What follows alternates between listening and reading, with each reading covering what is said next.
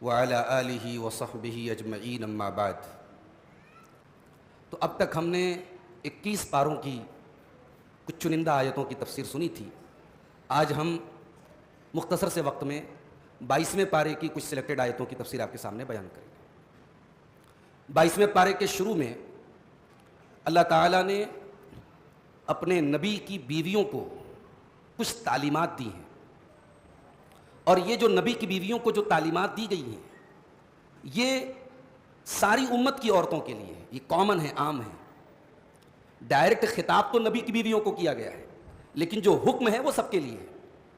تو اس میں ایک بڑا اہم حکم اللہ نے یہ دیا کہ یا نساء النبی لستن کاحد من النساء، اے نبی کی عورتوں تم عام عورتوں کی طرح نہیں ہو، اگر تم اللہ سے ڈرتی ہو فلا تخضعن بالقول، تو تم کسی غیر مرد کے ساتھ لچک کے ساتھ بات مت کرو، تمہاری آواز میں مٹھاس نہ ہو۔ کیوں؟ فیطمع الذی فی قلبہ مرض، ہو سکتا ہے کہ جس انسان کے دل میں بیماری ہے وہ تمہارے بارے میں غلط امیدیں پال کے بیٹھ جائے۔ بہت غور سے سنیے گا، اللہ اپنے نبی کی بیویوں سے کہہ رہا ہے کہ کسی غیر مرد سے جب بات کرو تو تمہاری آواز میں مٹھاس نہ ہو، تمہارے لہجے میں کڑک پن ہو، تمہارا انداز کڑا ہو۔ کیوں؟ تاکہ جس انسان کے دل میں ٹھرک ہے، جو ٹھرکی ہے، جو چھچھورا ہے، وہ تمہارے بارے میں کوئی غلط امید نہ لگا بیٹھے۔ اس کا مطلب کہ اس ٹائپ کے جو لوگ ہوتے ہیں وہ نبی کی بیوی کو بھی نہیں چھوڑتے۔ اس لیے عورتیں یہ نہ سمجھیں کہ صاحب ہم مکہ پہنچ گئے، ہم مدینہ پہنچ گئے تو یہاں سب اللہ والے آ گئے۔ نہیں، جو اس قسم کے چھچھورے لوگ ہوتے ہیں وہ وہاں بھی جا کے نہیں سدھرتے ہیں۔ اس لیے عورت وہاں بھی پردے میں رہے، وہاں بھی وہ شریعت کی لمٹ میں رہے، وہ یہ نہ سمجھے صاحب یہ تو حرم ہے۔ اور اس سے یہ بھی سمجھ میں آیا کہ جو اسلام ایک عورت کو اپنی آواز کو بھی غیر مرد کے سامنے میٹھی کرنے سے منع کرتا ہے، وہ اسلام اس بات کی کیسے اجازت دے سکتا ہے کہ عورت اپنے فوٹوز ڈالے اسٹیٹس پر؟ اور بڑے بغیرت قسم کے وہ شوہر ہوتے ہیں، بیوی کے ساتھ گھومنے گئے، اب ایک ایک فوٹو ڈال رہے ہیں، دوستوں کو بھیج رہے ہیں، اسٹیٹس پہ ڈال رہے ہیں، فیس بک پہ ڈال رہے ہیں۔ کیا بغیرتی کی بات ہے میرے بھائی! مومن غیرت مند ہوتا ہے، ہمارا رب غیرت مند ہے، ہمارا اللہ غیرت مند ہے، ہمارے نبی غیرت مند ہیں، اور اللہ اور نبی کا ماننے والا مومن بھی غیرت مند ہونا چاہیے۔ یہ غیرت کے خلاف ہے کہ شوہر اپنی بیوی کے فوٹوز اس طریقے سے سوشل میڈیا پہ ڈالے۔ اور عورتیں بھی ماشاءاللہ آج کل سوشل میڈیا کا تو دور ہے، فیس بک کے اوپر کوئی ثناء اللہ صاحب اگر وہ السلام علیکم لکھے تو جواب دینے والے 5 لوگ، اور وہ ثنا بھابی اگر ثنا باجی اگر سلام کر دے تو وعلیکم السلام وعلیکم السلام وعلیکم السلام کہنے والوں کی لائن لگ جاتی ہے۔ یہ بغیرتی ہے میرے بھائی، یہ بے حیائی ہے۔ ہماری قوم کی بہنیں، ہماری بیٹیاں، ہماری قوم کی بچیاں آج سوشل میڈیا پر اپنے مہدی کے ڈیزائن ڈال رہی ہیں، اپنے جو ہے بریسلیٹ کا پرچار کر رہی ہیں، اور اس کے بعد اس پہ جو ہے منچلے قسم کے لڑکے آتے ہیں، ویری نائس، ویری بیوٹیفل، اور یہ صاحب ان کو کمپلیمنٹ دیتی، تھینک یو تھینک یو۔ قرآن کہہ رہا ہے کہ اے نبی کی بیویوں تم کسی غیر مرد کے ساتھ لچک کے ساتھ بات مت کرو، اگر متقی ہو، اگر ایمان والے ہو۔ ہاں، اس کا مطلب یہ نہیں کہ آپ گالی گلوچ کریں، بدتمیزی کریں۔ وَقُلْنَ قَوْلًا مَعْرُوفًا، جو بات کرو صحیح بات کرو، دستور کے مطابق ہو۔ اس کے بعد فرمایا وَقَرْنَ فِي بُيُوتِكُنَّ، اور اے نبی کی عورتوں اپنے گھروں کے اندر رہا کرو۔ آج ہم لوگ بولتے ہیں کہ عورت گھر میں رہے تو لوگ بولتے ہیں یہ مولویوں کے فتوے ہیں، یہ ملا لوگ تو چاہتے ہیں کہ عورت کام نہ کرے، عورت گھر میں رہے، یہ تو عورت کو گھر کے اندر قید کرنا چاہیے۔ یہ قرآن کی آیت پڑھ رہا ہوں، میرا اپنے گھر کی بات نہیں، قرآن کی آیت ہے، 22واں پارہ ہے۔ وَقَرْنَ فِي بُيُوتِكُنَّ، عورت جاب کے لیے نہیں بنی ہے، عورت فلائٹ پر ایئر ہوسٹس بن کر کے کسٹمر کا دل لبھانے کے لیے نہیں بنی ہے، عورت ریسیپشن پر بیٹھ کر مسکرا کر کے کسٹمر کا سواگت کرنے کے لیے نہیں بنی ہے۔ عورت گھر کی ملکہ ہے، ضرورت پڑنے پر وہ گھر کے باہر جا سکتی ہے، جائز حد میں رہ کے وہ جاب بھی کر سکتی ہے، مگر it's not her duty. Teaching اس کی ہابی ہو سکتی ہے، ٹیچنگ اس کا شوق ہو سکتا ہے، ٹیچنگ یا جاب اس کی مجبوری نہیں ہو سکتی، اس کی ذمہ داری نہیں ہو سکتی۔ اللہ کہہ رہا ہے اپنے گھروں کے اندر ہو تم۔ اچھا، اب گھر سے باہر نکلنا پڑے تو کیسے نکلیں گی؟ فرمایا وَلَا تَبَرَّجْنَ تَبَرُّجَ الْجَاهِلِيَّةِ الْأُولَى، دور جاہلیت کی طرح اپنے آپ کو ایکسپوز کر کے نہ نکلنا، بن سنور کر کے نہ نکلنا۔ بروج کس کو کہتے ہیں عربی میں؟ جو قلعہ ہوتا ہے نا، قلعے کے اوپر جو برج ہوتے، جو گنبد ہوتے، اس کو عربی میں بروج بولتے ہیں. تو قلعوں کے جو گنبد ہوتے دور سے نظر آتے ہیں. یعنی عورت جب گھر سے نکلے تو ایسے لباس میں نکلے کہ وہ برج نہ بن جائے، وہ ایکسپوز نہ کرے اپنے آپ کو. اور یہیں سے یہ سمجھ میں آیا کہ یہ جو حجاب ہے، یہ جو عبایا ہے، یہ جو نقاب ہمارے ہاں چل رہا ہے، یہ نقاب بھی سمپل ہونا چاہیے. بالکل ٹائٹ نقاب ہے اور پیچھے سے کمر کے پاس اس پہ جو ہے ریبن لگا دیا. کیا مطلب ہے بھائی ایسے نقاب کا؟ نقاب کے اوپر پوری آستین پر، پورے پیٹ پر، پیٹ پر، سینے پر تمام ڈیزائن بنے. کیا مطلب ہے ایسے حجاب اور ایسے نقاب کا، ایسے عبایا کا؟ حجاب کہتے کس کو ہیں؟ التی تحجب رؤیت الرجال. حجاب کہتے جو چیز مردوں کی نظر پر پردہ ڈال دے، مرد دیکھ نہ سکیں.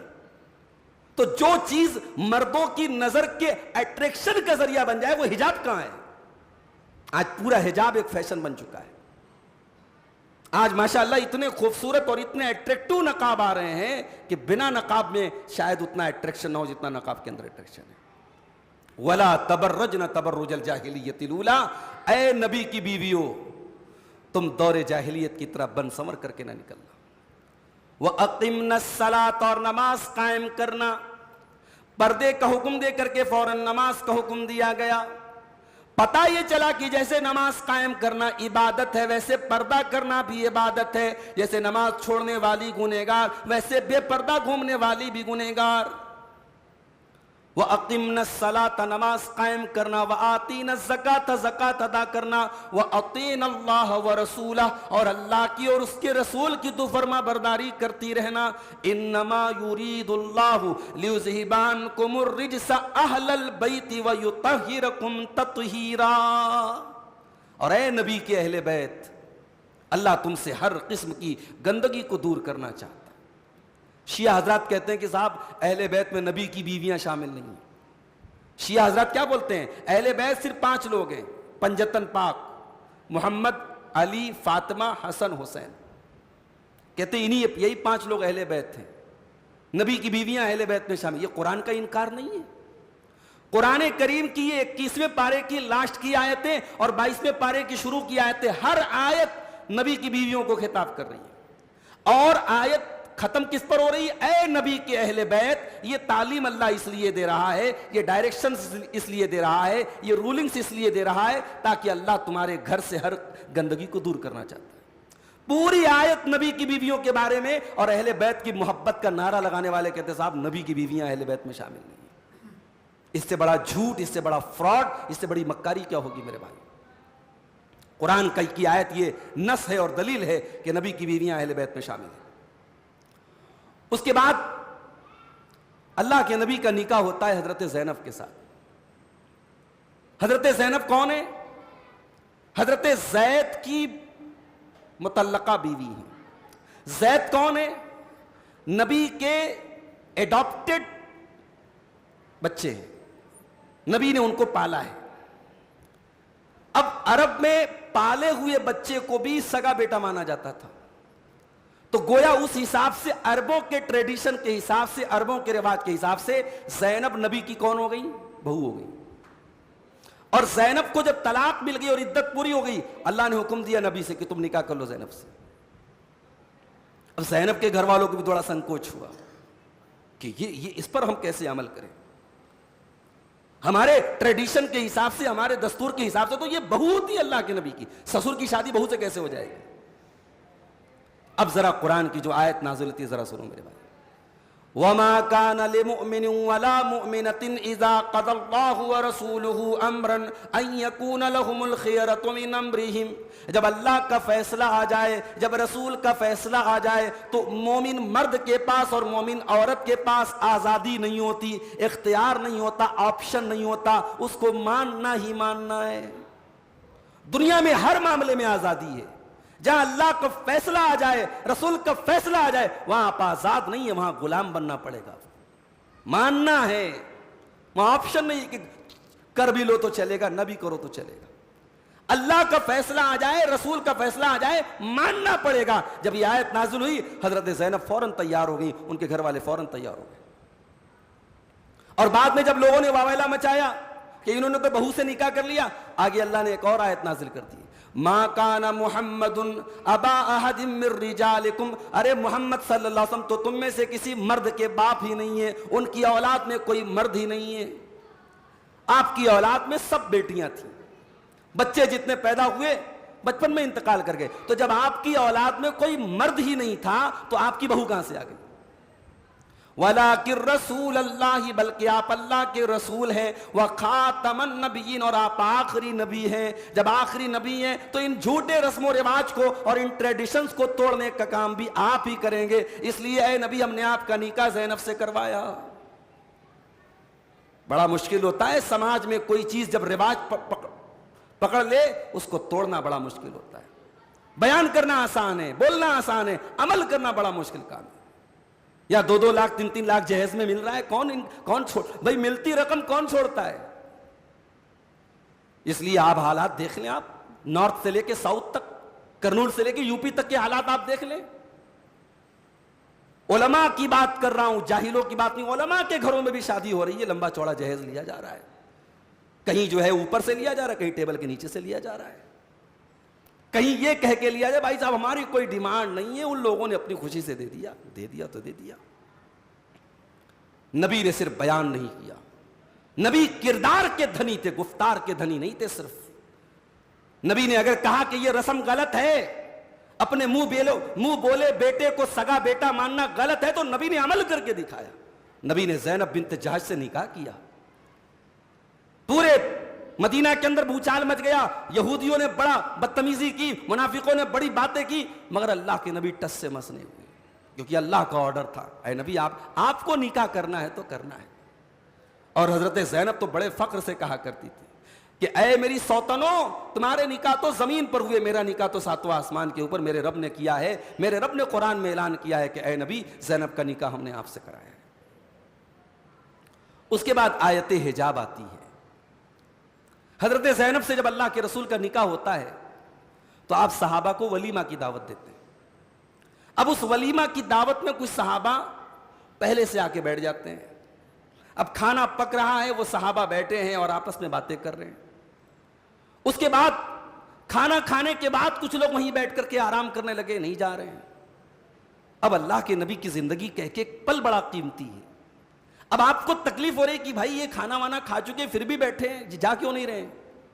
اور ابھی تک پردے کا بھی حکم نازل نہیں ہوا تھا, ابھی تک اللہ کے نبی کی بیویوں سے سامنا صحابہ کرام کا ہو جاتا تھا.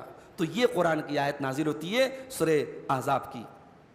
اللہ نے فرمایا یا ایھا الذین آمنوا لا تدخلوا بیوت النبی الا ان یؤذن لکم, اے ایمان والو تم نبی کے گھروں میں نہ جایا کرو جب تک تم کو اجازت نہ دے دی جائے. بغیر اجازت کے نبی کے گھر میں نہ جایا کرو. یہاں نبی کا نام لیا گیا لیکن حکم کامن ہے, کسی کے بھی گھر بغیر اجازت مت جاؤ. الا طعام, کھانا کھانے کے لیے بھی بغیر اجازت نہ جاؤ. دعوت ہے تو جاؤ, بغیر دعوت کے مت جاؤ. شادی میں صاحب 500 لوگوں کا انتظام ہے تو 100 لوگ تو بغیر انویٹیشن کے آ جاتے ہیں. غلط ہے یہ بغیرتی کی بات ہے میرے بھائی. دعوت نہیں ہے تو مت جائیے. الا طعام, کھانا کھانے کے لیے بغیر دعوت کے نہ جاؤ. غیر ناظرین اناہ, اور وہاں جا کر کے کھانا پکنے کا انتظار مت کرو, جب پتہ لگ جائے کہ یہاں کھانا تیار ہے تب جاؤ. ولیکن اذا دعیتم فادخلوا, جب تم کو دعوت دی جائے تب تم اس گھر میں داخل ہو جاؤ. فَإِذَا طَعِمْتُمْ, اور جب تم کھانا کھا لو فَانْتَشِرُوا, تو اپنے اپنے گھروں کو واپس چلے جاؤ. وَلَا مُسْتَانِسِينَ لِحَدِيثٍ, وہاں بیٹھ کر کے باتیں نہ کرو, وہاں بیٹھ کر کے گپیں نہ کرو. ان ذالکم کان یؤذی النبی, تمہاری یہ حرکت نبی کو تکلیف پہنچا رہی تھی. فیستحیی منکم, اور نبی تم سے کچھ کہنے میں شرما رہے تھے. واللہ لا یستحیی من الحق, لیکن اللہ تعالی حق بات کہنے میں شرماتا نہیں ہے. وَإِذَا سَأَلْتُمُوهُنَّ مَتَاعًا, اور اے میرے نبی کے صحابہ جب تم نبی کی بیویوں سے کوئی سامان مانگنے جاؤ, کوئی ضرورت کی چیز مانگنے جاؤ, فَسَأَلُوهُنَّ مِن وَرَاءِ حِجَاب, تو پردے کی آڑ سے مانگا کرو, ان کا سامنا نہ کیا کرو, ان سے پردے کی آڑ سے سامان مانگا کرو. ذالکم اطہر لقلوبکم وقلوبہن, اسی میں تمہارے بھی دل کی پاکی ہے, اسی میں ان کے بھی دل کی پاکی ہے. آج بعض عورتیں کیا کہتی ہیں, ارے یہ پردہ وردہ کرنے کی کیا ضرورت ہے؟ انسان کی نگاہ پاک ہونی چاہیے، انسان کا دل پاک ہونا چاہیے۔ یہاں نبی کے صحابہ سے اللہ کہہ رہا ہے کہ جب تم نبی کی بیویوں سے کوئی سامان مانگنے جاؤ تو پردے کی آڑ سے مانگو، سامنا مت کرو۔ کیوں؟ اسی میں تمہارے دل کی بھی پاکی ہے، اسی میں ان کے دل کی بھی پاکی ہے۔ اس روئے زمین پر نبی کی بیویوں سے بڑھ کے پاک باز، ان سے بڑھ کے پاک دل کی عورتیں کون ہو سکتی ہیں؟ اور نبی کے صحابہ سے بڑھ کے پاک لوگ کون ہو سکتے ہیں میرے بھائیوں نبیوں کے بعد؟ لیکن اللہ نبی کے صحابہ کو حکم دے رہا ہے خبردار ان سے سامنا مت کرو، پردے کی آڑ سے ان سے سامان مانگا کرو۔ تو یہ آیت حجاب ہے، اور اسی کے بعد سے ازواج مطہرات سے پردہ کرنے کا حکم دے دیا گیا۔ اس کے بعد درود پڑھنے کا حکم دیا گیا، ان اللہ و ملائکتہ یصلون علی النبی، بے شک اللہ اور اس کے فرشتے نبی پر صلات کرتے ہیں۔ صلات کس کو بولتے ہیں؟ اللہ اپنے نبی کے اوپر صلات کرتا ہے، یعنی اللہ اپنے نبی پر رحمتیں نازل کرتا ہے، اور اللہ اپنے نبی کا درجہ بڑھاتا ہے، اور اللہ اپنے نبی کا ذکر اپنے فرشتوں کے بیچ میں کرتا ہے۔ نبی اللہ کے لیے صلات کا یہ مطلب ہے، اور فرشتے صلات کرتے ہیں، یعنی فرشتے رحمت کی دعا کرتے ہیں۔ تو اے ایمان والو، جب اللہ اپنے نبی پر صلات کر رہا ہے، صلات بھیج رہا ہے، اور فرشتے صلات بھیج رہے ہیں، یا ایھا الذین آمنوا صلوا علیہ وسلموا تسلیما، تو تم بھی نبی پر صلاۃ و سلام پڑھا کرو۔ اچھا، ہم لوگ جب درود پڑھتے تو کیا کہتے ہیں؟ اللہم صلی علی محمد، اے اللہ تو رحمت نازل فرما، تو صلات بھیج دے اپنے نبی پر۔ اللہ تو کہہ رہا تم صلات بھیجو، صلو علیہ، اور ہم اللہ سے کہہ رہے ہیں اللہ تو بھیج دے۔ اس کا مطلب یہ ہوا کہ جب ہم درود پڑھتے ہیں تو گویا کہ ہم اقرار کرتے ہیں کہ اے اللہ تیرے نبی کے اتنے احسان ہیں ہمارے اوپر کہ ہماری اوقات نہیں کہ ہم صلات بھیج سکیں۔ اے اللہ ہم تیرے حوالے کرتے کہ تو اپنے نبی پر رحمت نازل فرما، ہماری حیثیت نہیں ہے۔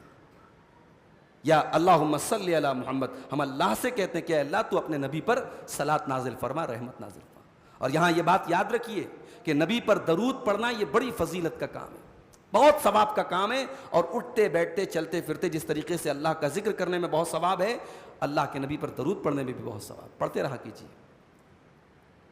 اس کے بعد یہ کہا گیا کہ بات کرو تو صحیح بات کرو، اتقوا اللہ وقولوا قولا سدیدا، اللہ سے ڈرو اور بات کرو تو صحیح بات بولو۔ جب تم صحیح بات بولو گے یصلح لکم اعمالکم، تو اللہ عمل بھی صحیح کر دے گا۔ جب تک بات صحیح نہیں ہوگی، جب تک قول صحیح نہیں ہوگا، تب تک عمل صحیح نہیں ہو سکتا۔ اگر چاہتے ہو کہ کردار صحیح ہو جائے تو پہلے گفتار صحیح کرو، جب تک گفتار صحیح نہیں ہے تب تک کردار صحیح نہیں ہو سکتا۔ قرآن کی آیت بتا رہی ہے کہ پہلے اپنی زبان کو صحیح کرو، اللہ گارنٹی دے رہا ہے یصلح لکم اعمالکم، اللہ تمہارے اعمال کو درست کر دے گا۔ اس کے بعد حضرت سلیمان کی موت کا واقعہ بیان کیا گیا۔ سلیمان علیہ السلام بہت بڑے بادشاہ تھے، جنات پر ان کی حکومت تھی، اور جنات ان کے آرڈر سے بیت المقدس کو بنا رہے تھے، تعمیر کر رہے تھے، اور حضرت سلیمان ایک چھڑی کے اوپر ٹیک لگا کر کے کھڑے تھے، اور اسی دوران ان کو موت آ گئی، اور سلیمان علیہ السلام چھڑی پر ٹیک لگائے انتقال کر گئے۔ اور جنات کیا سمجھ رہے کہ ہمارا باس، ہمارا مالک کھڑا ہے، اور وہ پوری بلڈنگ بنا رہے ہیں، کنسٹرکشن ہو رہا ہے۔ جب ایک دیمک نے حضرت سلیمان کی چھڑی کو کھا لیا، اور ان کی چھڑی زمین سے جو لگی تھی وہ ہٹ گئی، اور ان کی ڈیڈ باڈی جب زمین پر گری، تب جنات کو پتا چلا کہ ہی از نو مور، اب وہ دنیا میں نہیں ہے۔ فلما قضینا علیہ الموت، جب ہم نے سلیمان کی موت کا فیصلہ کیا، اللہ نے فرمایا فلما قضینا علیہ الموت، جب ہم نے سلیمان کی موت کا فیصلہ کیا، ما دلہم علی موتہ، تو سلیمان کی موت کے بارے میں جنات کو نہیں پتا چلا، الا دابۃ الارض تاکل من ساتہا، اس لکڑی کے کھا جانے والے کیڑے کے ذریعے جس نے ان کی چھڑی کو کھا لیا۔ فلما خر، اور جب وہ گر پڑے، تبینت الجن، تو جنات کو پتا چل گیا، لو کانوا یعلمون الغیب، اگر وہ غیب کی جانکاری رکھتے، ما لبثوا فی العذاب المہین، تو اس ذلت والے عذاب میں وہ پڑے نہ رہتے۔ مالک مر گیا اور پھر بھی وہ جاب کر رہے ہیں، اس عذاب میں وہ پڑے نہ رہتے اگر ان کو غیب کا علم ہوتا۔ اس کے بعد ایک آخری آیت پڑھ کے ہم بات ختم کرتے ہیں، یہ سورہ فاطر کی آیت ہے۔ اللہ نے فرمایا کہ ایک بزنس ایسا ہے جس میں کبھی لاس نہیں ہو سکتا. دنیا کے ہر بزنس میں پروفٹ لاس دونوں ہوتا ہے, ایک بزنس ایسا ہے جس میں کبھی لاس نہیں ہو سکتا. ان الذین یتلون کتاب اللہ, جو اللہ کی کتاب کی تلاوت کرتے ہیں, واقاموا الصلاۃ, اور نماز قائم کرتے ہیں, وانفقوا مما رزقناہم, اور جو ہم نے ان کو روزی دی اس میں سے خرچ کرتے ہیں, سرا وعلانیۃ, کھل کر کے بھی خرچ کرتے ہیں اور چھپ کر کے بھی خرچ کرتے ہیں.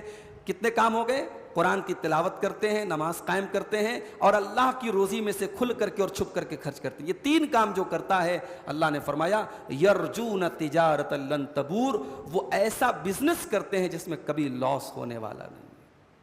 قرآن کی تلاوت کبھی آپ کو نقصان نہیں کرے گی انشاءاللہ. نماز کی پابندی کبھی آپ کا نقصان ہونے نہیں دے گی, اور اسی طریقے سے اللہ کی راہ میں صدقہ اور خیرات, یہ کبھی آپ کا نقصان ہونے نہیں دے گا. یہ تین کام کو میرے بھائیوں اپنی زندگی میں اس کو لازم پکڑ دو.